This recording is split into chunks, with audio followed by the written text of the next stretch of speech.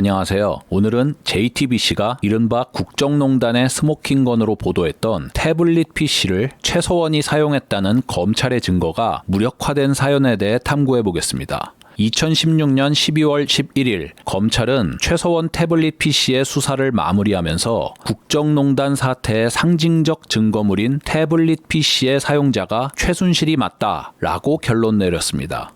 제가 기사 일부를 읽어보겠습니다. 검찰 특별수사본부 관계자는 태블릿을 사용한 흔적을 분석한 결과 최 씨의 행적과 일치하는 것으로 드러났다며 최 씨가 이 태블릿을 사용했다고 설명했다. 최 씨가 2012년 7월 14일부터 29일까지, 2013년 7월 28일부터 8월 7일까지 독일을 방문했는데 이때 이동통신업체에서 보낸 독일 내 로밍 요금 안내 메시지나 외교통상부가 발신한 영사콜센터 안내 문자 등이 해당 태블릿에서 수신되었다. 자, 여기가 중요합니다. 최 씨가 독일을 방문했을 때 태블릿을 통해 사무실 직원에게 보낸 업무 지시 메시지도 확인됐다고 검찰은 밝혔다. 그러니까 정리를 하자면 최 씨가 독일에 있었을 때 이 태블릿도 독일에 있었는데 그때 최 씨가 이 태블릿을 통해 사무실 직원에게 업무 지시 메시지를 보냈다는 사실을 검찰이 확인했다는 얘기죠. 자, 이에 대해 JTBC의 보도는 어떠했을까요? 또 2012년 독일 방문 땐 한국의 사무실 직원에게 잘 도착했다며 업무 지시를 하는 문자 메시지도 발견됐습니다.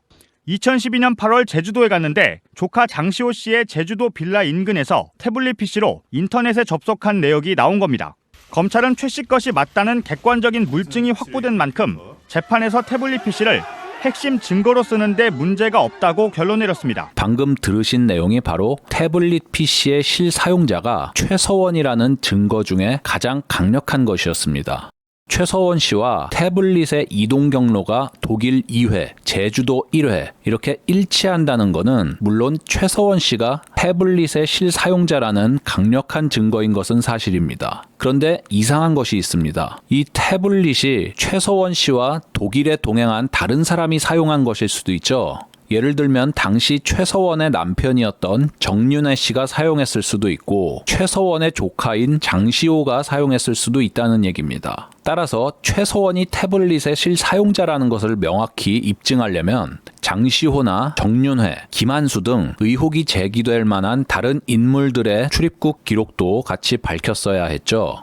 그러나 검찰이 출입국 기록을 밝힌 사람은 최서원 씨뿐이고 다른 사람들에 대해서는 출입국 기록을 전혀 내놓지 않고 있습니다.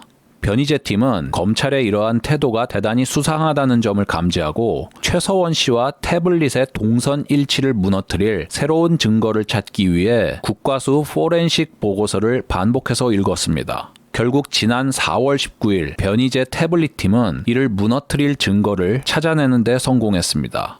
보시는 화면은 미디어워치 팀에서 제공한 자료 화면입니다.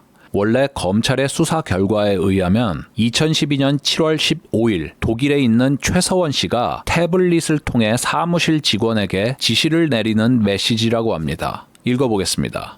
잘 도착했어. 다음 주 초에 이 팀하고 빨리 해서 시작해. 내가 얘기한 중요한 사항 정리해서 빨리 해. 일정표 메일로 보내라고 김팀 얘기해줘. 인터넷이 잘 안 돼. 거기서 어떻게 해봐. 보시는 화면은 변희재 팀이 국과수 포렌식 보고서에서 적발한 부분을 발췌한 것입니다. 오른쪽에 아까 제가 읽어드렸던 메시지가 있죠. 이 메시지의 수신자 아이디가 여기 4401616이라고 합니다. 참고로 앞에 마이너스 부호가 붙은 건 전송 실패를 의미한다고 합니다. 4401616이라는 아이디가 누구의 것인지 확인하면 되겠죠. 여기를 보시면 카카오톡 친구 목록에 나타난 수신자 아이디입니다. 여기 4401616이 김한수라고 적혀 있지 않습니까? 자, 김한수가 누구였죠? 제가 지난 두 영상에서 다루었던 이 사건 태블릿의 개통자이자 요금 납부자죠. 박근혜 정부 시절 내내 청와대 행정관을 지냈던 사람입니다. 그렇다면 이 카톡 메시지를 보낸 사람이 최서원일 수도 있지 않느냐 하실 수 있는데요. 보시는 화면은 김한수의 2017년 9월 29일 법정증언 녹취서 일부입니다. 질문입니다. 증인은 피고인 최서원과 카카오톡 대화한 적이 있나요? 김한수가 대답합니다. 저는 없습니다.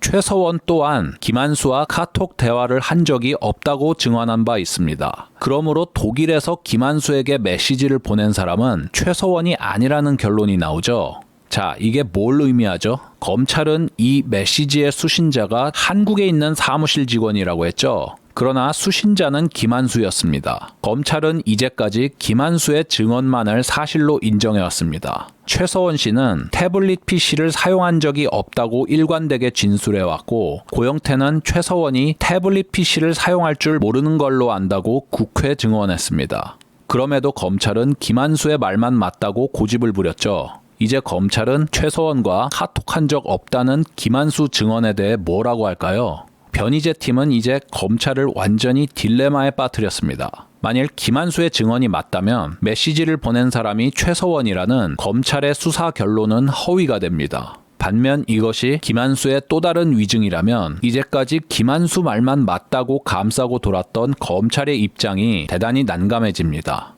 검찰이 김한수를 버리면 되지 않느냐 하실 수도 있는데요. 저는 검찰이 그럴 수 없다고 봅니다. 지금까지 태블릿의 실사용자가 최서원이라는 내러티브를 떠받치고 있었던 건 김한수의 증언입니다. 김한수는 태블릿을 개통하고 통신요금만 냈을 뿐 한동안 누가 사용하는지도 몰랐다. 사용자가 최서원이라는 걸 한참 후에야 알았다. 이런 스토리를 끌고 가려면 김한수의 협조가 절대적으로 필요했습니다. 검찰과 특검이 김한수의 거짓말을 알고도 이를 증거로 밀어붙였다는 정황도 포착되었죠. 이제 검찰은 김한수를 더 이상 감쌀 수도 없고 버릴 수도 없는 처지에 놓이게 되었습니다. 그럼 이번에 변희재 팀이 거둔 성과가 무엇을 의미할까요? 이건 단순히 태블릿의 실사용자가 누구였는지 알아내는 정도의 문제가 아닙니다. 이제껏 검찰이 태블릿 실사용자가 최서원임을 뒷받침하기 위해 내놓았던 가장 강력한 증거는 태블릿과 최서원의 동선 일치 3회였습니다. 그러나 이것만 가지고는 최서원이 태블릿을 사용했다는 걸 입증하기는 불충분하죠. 최서원과 동행한 다른 인물이 태블릿을 사용했을 가능성이 있기 때문입니다. 검찰은 다른 사람이 태블릿을 사용했을 가능성을 배제하려는 어떠한 노력도 하지 않았습니다. 최서원의 지인 또는 김한수 측근들의 출입국 기록을 내놓지 않았습니다. 매우 수상한 일이죠. 이것은 검찰이 불리한 증거는 은폐하고 유리한 증거만 취사 선택해서 제시한다는 의혹을 불러일으키기 충분했습니다. 결국 이 점을 끝까지 물고 늘어진 변희재 팀은 이 동선 일치 중 하나를 완전히 무너뜨렸습니다.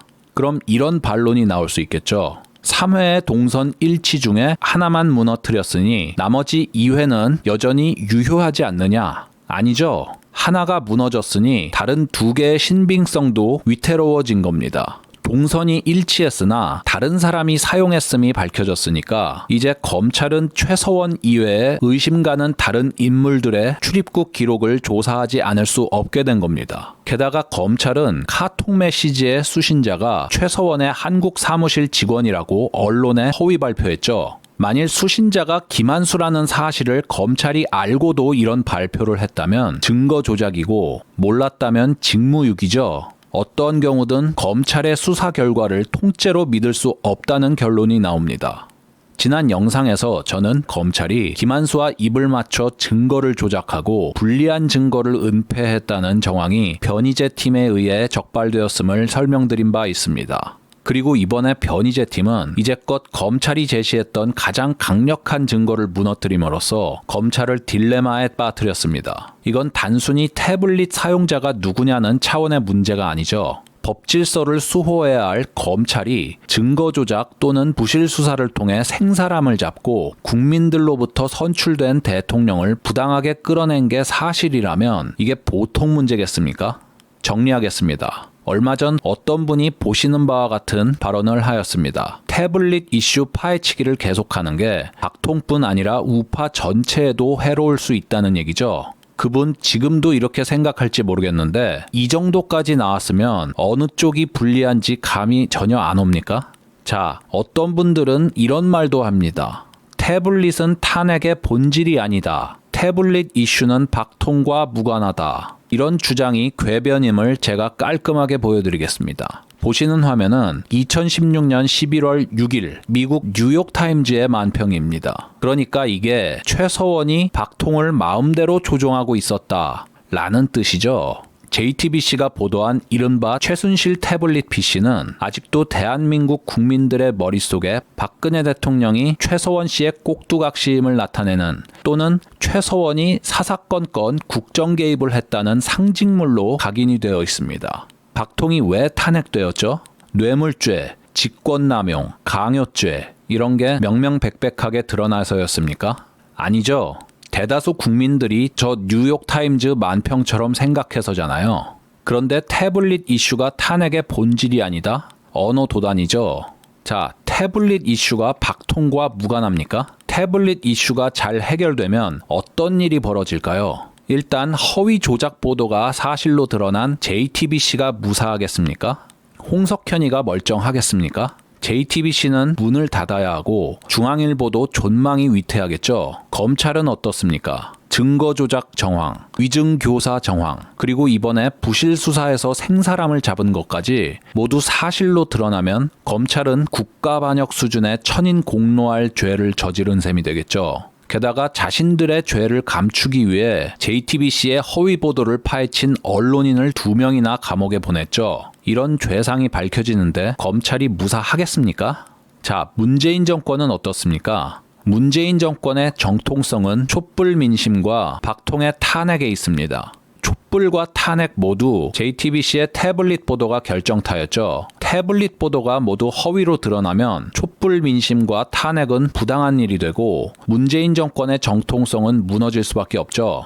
박 대통령의 탄핵은 언론 권력, 검찰 권력, 정치 권력 이 세 세력의 합작품이고 태블릿 이슈 하나만 제대로 해결돼도 이 세 놈 다 잡는 겁니다. 일석삼조라고 하죠. 오늘은 여기까지 모시겠습니다. 감사합니다.